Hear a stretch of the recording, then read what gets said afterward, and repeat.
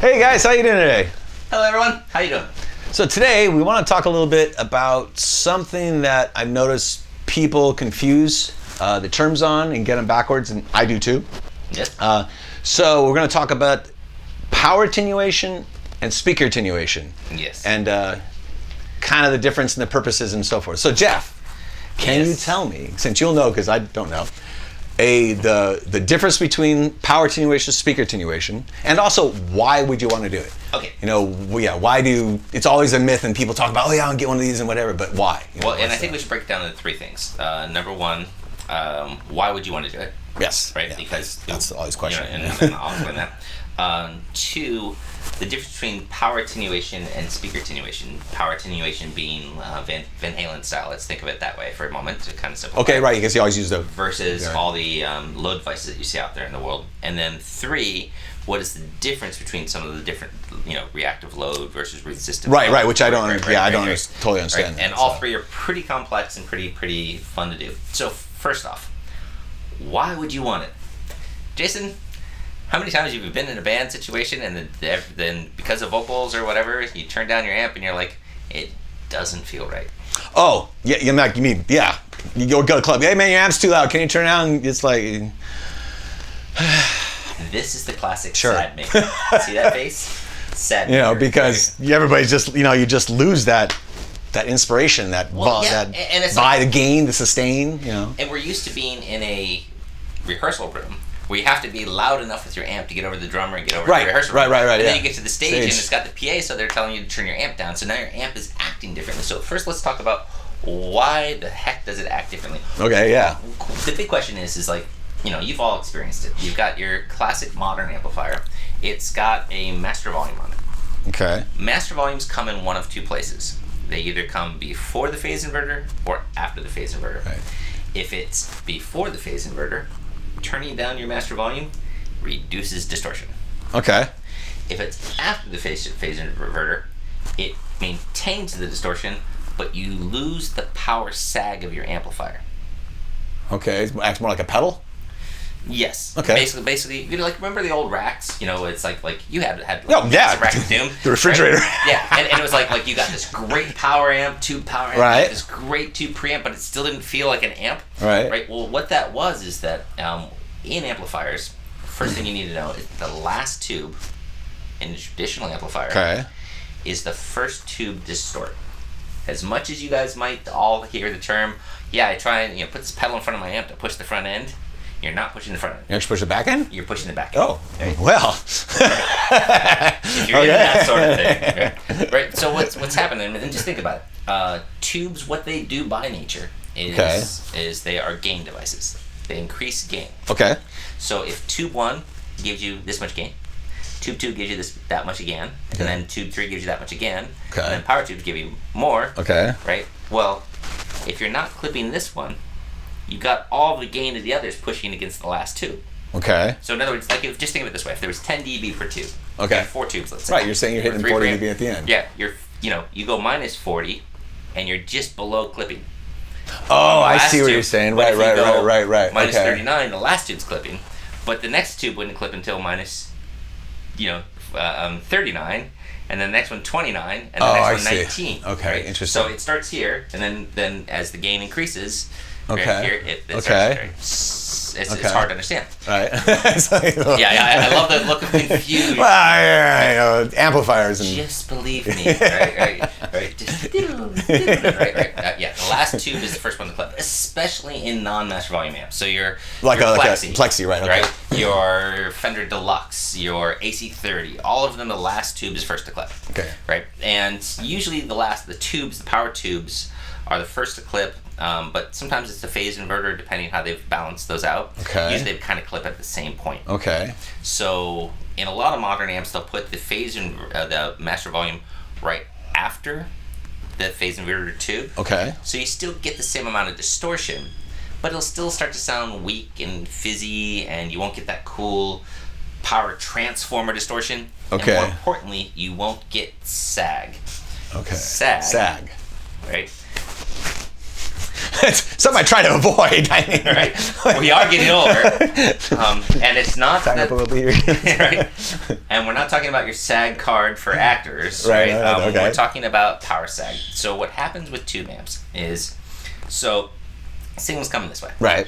Signal hits this first tube, it adds its gain. Second tube adds its gain. Third tube adds its gain. Hits the power tubes. Right. The power tubes, you never notice that in your you take your Plexi Marshall. Right. You know those big filter caps? Yeah. It's got all those big motors. Usually. Yeah. Right? Well, what happens is think of them as short-term batteries. Oh yeah, I know. Yeah, because caps work like that. There's storage unit. Yeah. Right. So when you ask for a lot of voltage, they give it, but they've just given up their voltage. Okay. Well, as they've given up their voltage, they lose voltage. Right. And they're feeding every tube all the way back to the first tube. Okay. So now what happens is that it sags, which pulls the voltage rails in on your first tube. Okay. So your first tube starts to distort more because the voltage rails come in. Right? But then it gets voltage back and it goes away. And it comes back and it goes away and it comes back. So it's a give and take? Yeah. Okay. So this is like... So is that sag? Is that the sag? That's yeah, so sagging between... the first distortion, but it's more interesting because it's doing this back and forth. It's like undulating back and forth. Okay. So you ever notice on a good tube amp that you play kind of soft and it can kind of be clean but sit in that compressed level? Yes, right, yeah. That's the beauty of it, yeah, exactly. That is what's happening, is that it's living in this balance as that sag tube is... And you're not hitting it hard enough so you're not making it have to extinguish much voltage compared to... Gotcha. Exactly, okay. right. Okay. So this is what makes tube amps, or at least some of the modern amps that are better at emulating that, right, that understand that. This is why that they do that cool thing that we call tube. Okay. Right? We say so many things and we give so much credit to the tube itself, but it's really the whole system, right? Really, it's not just the tube. Right. It's a lot of other things going on, which we'll get to. Okay. So now the reason you want to run your amp hot, the reason it doesn't feel right when you turn it down, is because as you turn it down, that voltage rail, that filter cap, wasn't asked for all of its voltage. Oh, so it's just kind of like... It's like, I got plenty of voltage to give you. So then the first tube doesn't squish down. Right. The second tube... So your amp's just it's just acting weak, so to speak, in a sense. So I'm sure every single one of you has experienced, like if you sit there with your... Like let's say you got like a Marshall, like I've got a JCM 900 sitting right there. If I take that amp and set the master volume down at a level that I could play reasonably at home, right? It's fizzy, it's fuzzy. Right, it doesn't have the warmth of the body. Girth to it at all. Right, and as you start getting up a little bit, it's like, it starts to growl. And and you get that, you start getting that feeling the bottom end as opposed to sort of hearing it. Right, and it's not just volume, it's not just that we are megalomaniacs who want to okay, wait. Speak for yourself. We might be megalomaniacs, and we might want to be louder than everybody else, right? But in addition to that, there is feeling and stuff like that comes from. So now, because of that, we as guitar players can go two different routes. Okay. Which are, you called them out in the beginning of the show. Yes, speaker attenuation or voltage attenuation. Okay, so let's go with the first one. Yeah, voltage attenuation, classic Eddie Van Halen thing. So, what distortion comes from, whether it be a pedal or a guitar amplifier? Okay. When we talk guitar distortion, there's different types of distortion. Everything that means it isn't doing the right thing is distortion. Oh, so, right. But classic, clipping, harmonic related distortion is this. If you think of a sine wave, as that sine wave gets louder, it eventually hits the voltage rails. Right. Okay. When it hits the voltage rails, that sine wave, which is nice and round, will start to square off. Right. As it squares off, it starts to create harmonics. Okay. So a perfect sine wave, like if I put 100 hertz in, perfect, it's only 100 hertz. Okay. If it starts to square off, it'll start to do 200, 400. Oh, I see. It'll start to create harmonics based on it. Okay. Okay. I can even get more confusing. Yeah, no, it's all right. If you go asymmetric, that's where the harmonics will go even more even versus. And the thing is, I understand the audio of what those harmonics sound like. I did, but the whole square wave thing. Yeah. We'll do that on another episode, right? And we can do it on another episode and talk about how, like on acoustic guitars and so, or on guitars, how they come out, right? It's all really fun. Harmonics are super fun. You heard it here, folks. You're here. Okay. Then we get into my other fun thing, which is sum and difference, but that's man. Right. All right. See, once in a while, Jason lets me get a little bit nerdy, and this is what he has to do. Wait till I talk about guitars. So.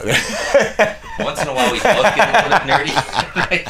So anyway, so power attenuation. What Eddie Van Halen was doing in the early days is that if you choke the amplifier's voltage by taking a variac or a power attenuator. Okay, right. And that's the AC, plugging your amp into that, plug that Yes. into the wall. Okay. So you take your 120 volts that are coming out of the wall, and you start to reduce them. Right. Well, what happens is that signal, I can either take that sine wave and increase it until it starts hitting the rails and create Right. more harmonics, or I can leave it exactly where it was and bring the rails down to meet it.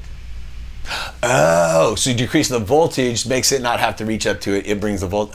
Exactly. So what Eddie Van Halen was doing was that he was turning voltage down, Okay. which would cause it to distort more at a lower volume.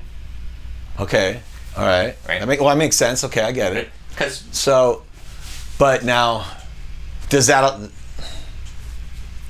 Go on. Because I'm confused. Okay, go ahead. So to Answer get that quiet, question. So. to get quiet, there's really three things you can do. You can either use a master volume, which the amp starts to sound thin, fuzzy, and weak, and not great. Right, like a classic, yeah, like how like those the first master volume Marshalls. Yeah. I mean that gain circuit is not that pleasing. So, Well, yeah. that was them putting the master volume in front of the phase inverter, and that's what causes that not so good. Yeah, because now you weren't getting the clipping from the phase inverter. Okay. The power I got you. tubes. Okay, I got just you. the transformer. Okay. Or speaker distortion, which is also in there, and transformer distortion, right? Okay. So there's like a bunch of cool crap going on down the line, right? And you just Okay, now, not to throw a curve in it, I have heard this too, that I've heard people say that Eddie would also over current. Now, is that lore again, or is that... So there was recently a video that I saw Eddie apologizing for telling everybody that he was overdoing that. Oh, Right. so basically Eddie was in a state Well, and maybe said something that... he apparently in the video I saw, it got the idea from David Roth that he should not tell everybody what he was doing. Oh. So he told everybody he went up in voltage, When he- which a lot of poor saps pushed their amplifiers and blew their transformers after hearing this lore. But the reality is that the story, as I have heard it, is that where he originally figured this all out Right. was that he bought his first Plexi when he was a teenager. Mm-hmm. He bought it used Okay. from Recycler. Okay. Right, an old magazine. Oh, that we the used to have. Recycler. Remember Recycler? Yeah. Oh, man. Right. And he bought it used, and it turned out he had bought a European version of a Plexi. Oh, okay. Right. So he bought a 220 unit, Okay. and it wasn't loud enough Because he was starving it. because he was running at 120. Ah. It still plays, Right. but he was starving it. Now, was it sounding distorted and cool, or? It would sound distorted as heck. It would sound Right. like you're totally diming that amplifier. Okay. constantly, Okay. but Right. Okay. At like a reasonable volume. Right. All right. Okay. Right. Yeah. Some amps will do it really nicely. Old Plexis will do you can like that Marshall right there. I've taken it down to like 40 volts and Oh, wow. right, and it's like right on the edge of having nothing. I mean, it's like as quiet as we were talking, and it's as distorted as crap. It sounds I great, see what you're saying. right? Okay. Because the power sag and everything is all still kind of working Okay. correctly, and everything's in there. 'Cause All right. again, if I go to play hard, that signal hits that power tube, which asks for voltage. All right. But those filter caps don't have that much voltage in them, so Right. they still sag because they're low. Gotcha. I see what you're saying. Okay. So now let's bring this in. Speaker attenuation So now versus that, because you can go the other direction, right? So instead of messing with the voltage, right. is that you can do a speaker attenuator. I think the first one that came out was either the Tom Scholl's hot plate or the Tom Scholl, that's who it was, Tom Marshall Governor in the early 80s, mid 80s. Was it called? Oh yeah, because there's the Governor pedal, not Governor the pedal, but I think they had. I think you're right. But there was one Marshall. Something like that. There was a Marshall one. Yeah, but they There both was a came out Marshall like one, yeah. 85-ish or Yeah. something like that. The They Tom were- Scholl. That was Tom Scholl. Yeah, I had a Tom Scholl's in like right. 83, man. I remember he did all those things because that was part of his whole deal. Yeah, That's right. yeah. Okay. Now, Yeah. what is going on there, and we'll break it up in two sections. Section one is basically what that is drive your amp at full volume. It's getting all the power sag and interaction. Okay. It's getting all the transformer distortion, all the good stuff that we said you want. Right. Okay. But it takes it, instead of into a speaker, it takes it into a thing that soaks up the power, because there's a lot of voltage there, and coming through the speakers, you're saying? To the speakers, right? And it's just basically stripping the voltage before it gets to the speaker cabinet. Gotcha. Okay. Now there are two different types of those. Most of what you have heard of, if you're older, is a power soak type thing, right? And people will say, "Yeah, it kind of worked, but I didn't like it." This would be your classic resistive load. Now, this is complex, as if everything else I've said was the easy part. Right.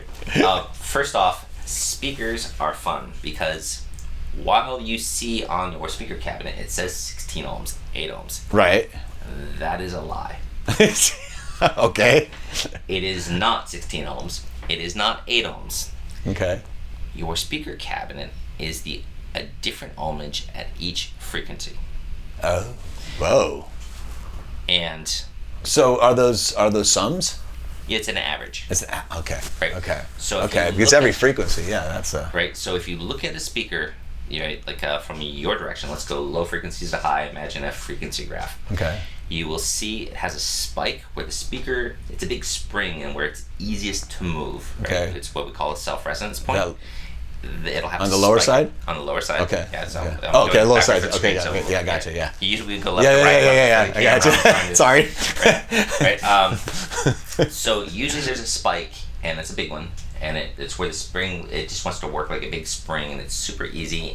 Well, that's why we hit really low frequencies. You see those speakers just thumping and moving so much. Yeah. Yes. Yeah. Well, and that's one of the cool things about a guitar amplifier, is that a guitar amplifier doesn't use negative feedback to cancel it out so much. They actually leave that happen. Oh. With the PA system, we cancel it all out with negative feedback. Oh. Which you just broke me into another thing. We won't go there, but okay. But so guitar's a little bit different. Sorry, I went there. Well, we will get there. But, but I mean, right now. Yeah. Great question. Okay. Right.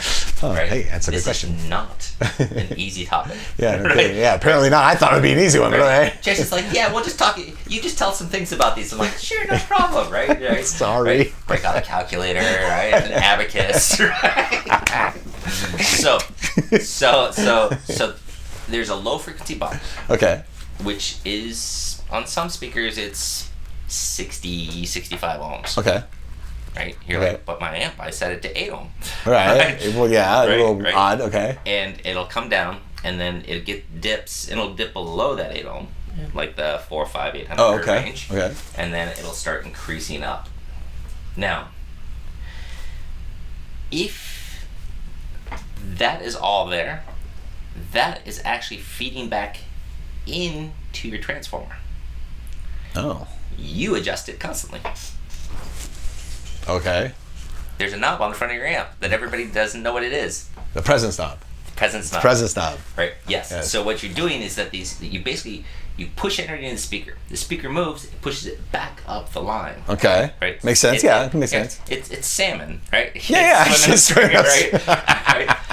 All right. Because basically a speaker is a oversized microphone, right? And you're right. It is. Yeah. So it goes up the transformer, transformer, which causes transformer distortion. Right. Okay. And you take a tap off that, and then you feed that into your phase inverter. Okay. But you feed it in out of phase, so you can stop it from ringing. The speaker wants to ring, but you stop it. Okay. Okay. I see what you're saying. And like, if you have an amplifier that has a depth knob on it, which Jason and I have both modified many of our amps to have a depth knob. Yes. What you're doing is you're adjusting how much of that negative version of that comes in versus how little of it comes in. Oh. Right? And you as a user, the presence knob is how much or how little of the negative version of that is. So you can either let the speaker ring freely at those high frequencies, which will give you back all your high. Okay. Or reduce it. So that's why it sounds like it's the presence makes it present, if you will. Yes, it is. Now, so is that low end left? It's just a low end version of that. Yep. So it's letting more. So it lets more low end version and more high. Yeah. Yeah, like that first model we did on my Mesa in 91. Right. Yeah. That's what we were doing. That was what we were doing. Right. And how I knew to do that, I don't know. I have no idea. Unless Mark told us. Somebody probably told us. No. It's like I don't know. It's that's scary. Yeah. The things we did. Yeah, things were like we just were intuitive and we knew at the time. Yeah. So, anyways. That's funny. So a reactive load attenuator. Reactive load attenuator. Okay. allows the frequency response of the speaker to feed back into your amplifier. Right. As if it were a real speaker. So, A, it will reduce the volume. I see what you're saying. But B, it lets your amplifier think it's connected to a real speaker. Now, a resistive load, like an old hot plate or Tom Scholz, does not do that. What it does is just a big pancake of a bunch of resistors trying to absorb power.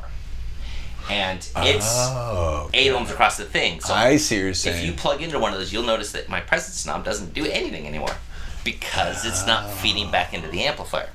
So it's just soaking up resistance from the output to go into the cab. Exactly. So it's basically limiting its okay. All right. So nowadays there are a bunch of different reactive load attenuators out there.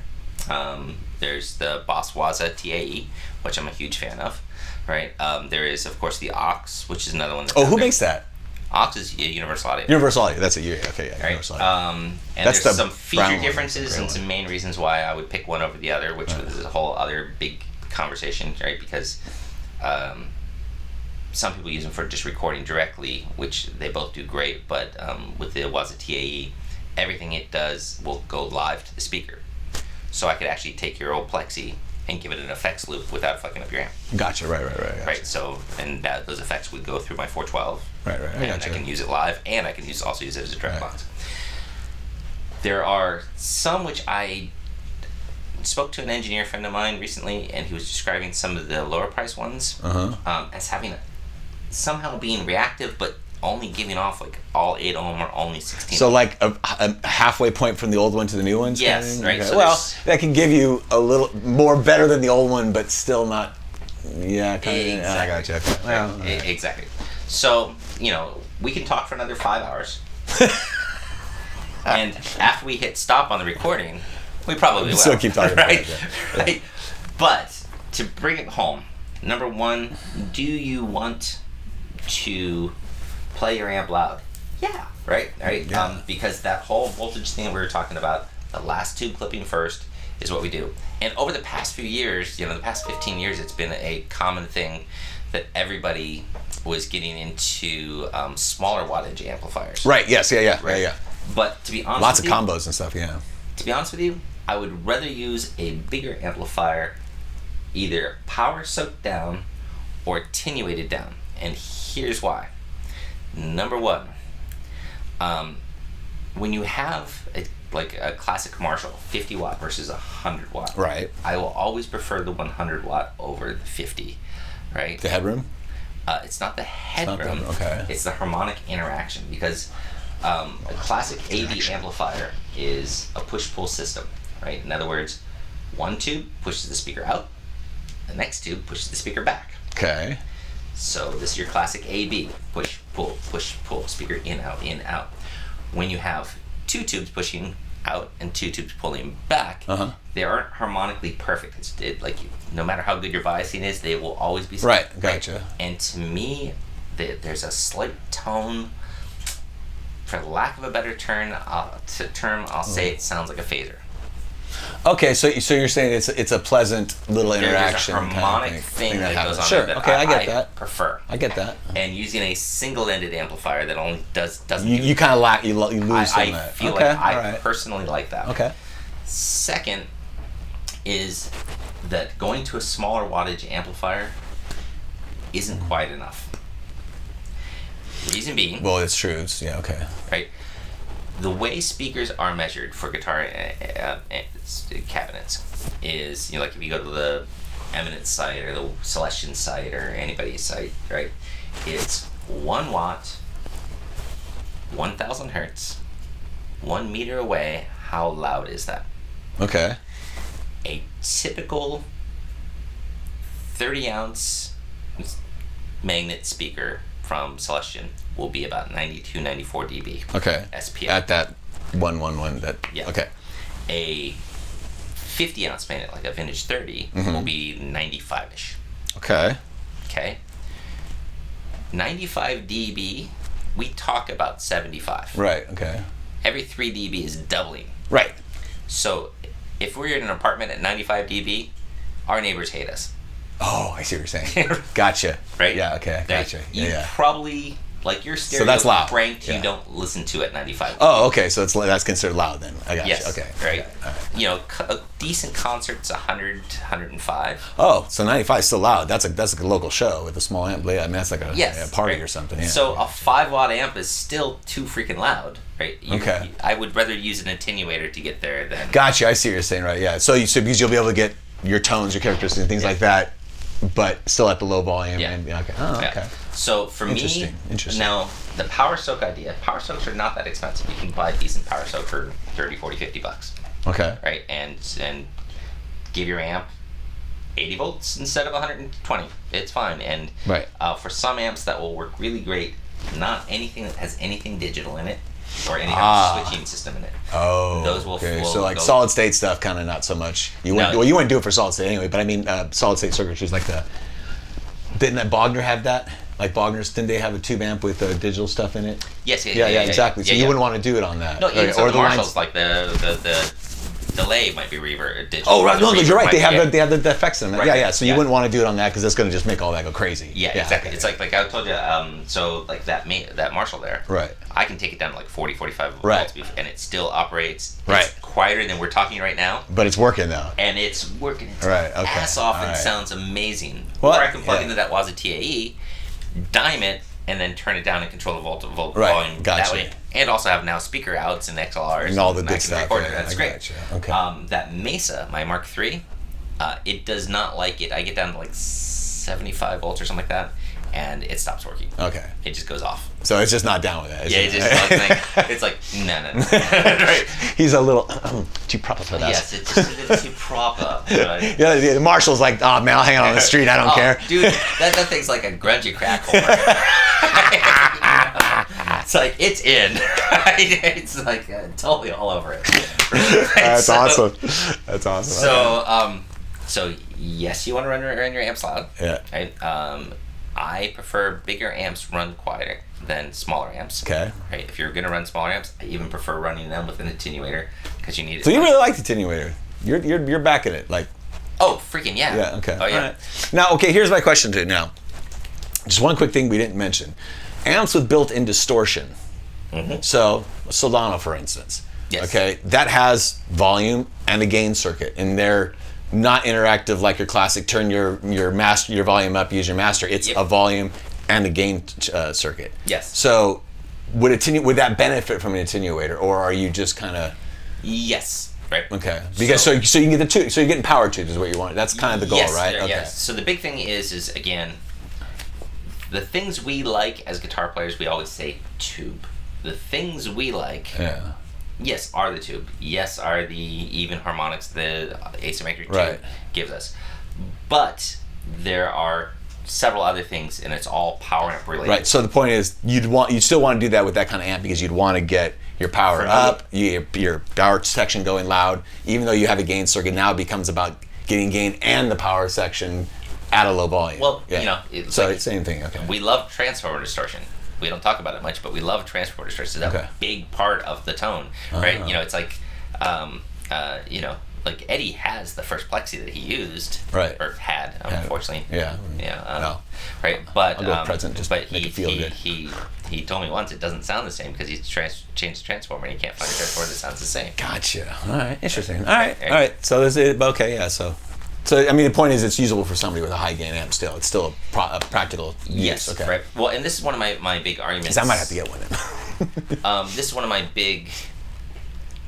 A lot of us like distortion pedals, right? And yeah, they're fun. More and more, we're getting into distortion pedals. Like a classic fuzz pedal. It has voltage sag in its own device. Okay. Right, which is cool. There are some modern distortions that do not. And so some people are very obsessive about their distortion pedals, but just like when you used to have that big rack of doom, right? Your preamp was not responding to your power amp. Well, distortion doesn't respond to your power amp either, right? Oh, I see what you're saying. Right. So there are definitely things like for me as a player sometimes like there's some great sounding distortion pedals and that I'll like. There's some good ones. if I hear you play, I'm like, oh, I want that tone, but then I pick it up and I play it. I'm like, oh, sad maker. Well, thank you. Right? And it's like I'm like, is it because Jason's just a better player? No, or is it stop. Right? Well, I like your hand tone. Okay. Right? But I don't know if we should talk about your hand tone. But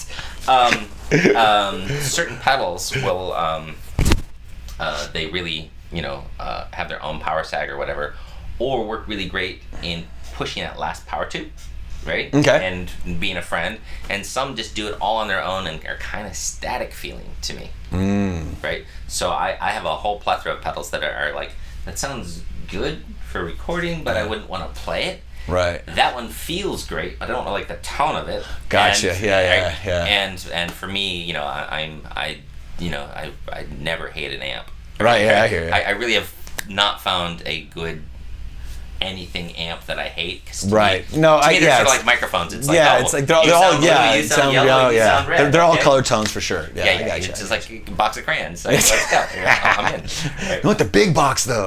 Oh. Wow, that's really the really big box with all the colors. Like the 512 colors. Exactly, It's like it's like I need 12 grays. So everyone, go get yourself some crayons.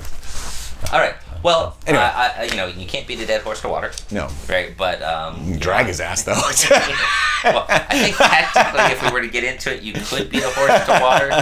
That should be a biological thing that I think is theoretical, but it's gross. Yeah, it's gross. You can't beat a dead. What is? It doesn't. I don't know. Right? Anyways, for you at home, the thing I would encourage is look at what amp you're playing. If you want to get that amp tone cranked, you're probably not getting it from a low wattage amplifier. You're probably only getting it when you're loud. So, something you can. Your options are A, get a power soak, and bring it down, a voltage attenuator. So I want to take my 120 volts and set it to 100 volts, 90 volts, 80 volts. Get an adjuster on it. Not all amps will like that. Right. But that is a good way to get your tone.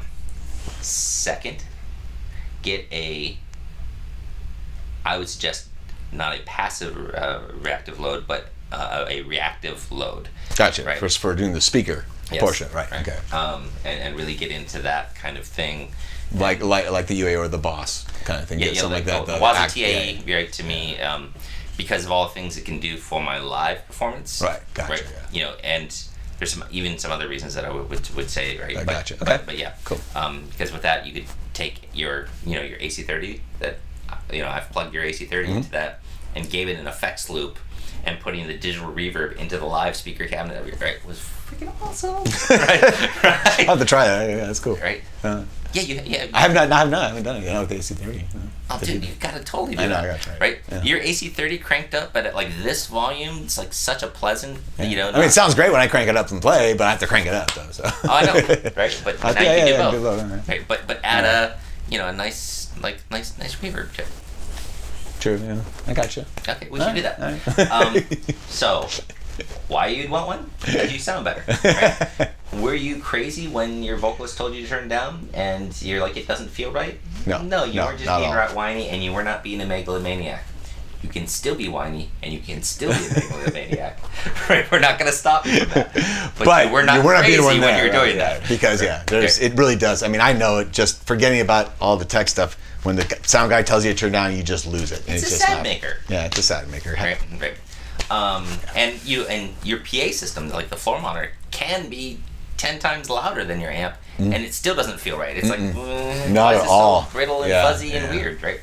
That's what it is, right? So there you go. I've learned something. Thank you. I won't quiz you. Please don't. So everyone, quiz me. Jason, Jeff. And we're here talking to you guys about gear because we're nerds and so are you. Yeah, exactly. You're watching it. You made it 30-some minutes into this, so you're a nerd, right? Right? How do you know if you're a nerd? Right? Stay through the whole show. So we thank you for that. What should we tell people about the show and what they should do?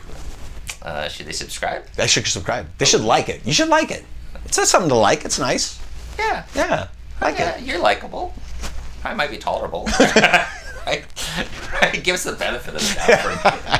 Yeah, they don't have a so-so button. It's either like hate it or like it should just have like a right. So please click so-so. It's available. Right. It's like mediocre, meh, meh. Right.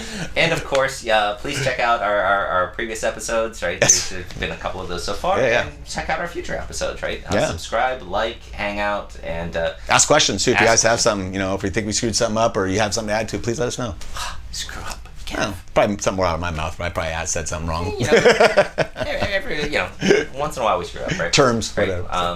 Everything I've said here is not truth. It's my opinion. You don't have to worry. But please subscribe, like, follow us, and check us out, right? Yeah. And if you have any ideas, any suggestions, any comments, anything you'd like to share to anybody else who might be looking at this, please comment down below, and we'll try and read them. We'll try and respond to them when possible. And, of course, look for putting those things into future episodes of us talking like two nerds that we are. So, bye, everyone. See you later.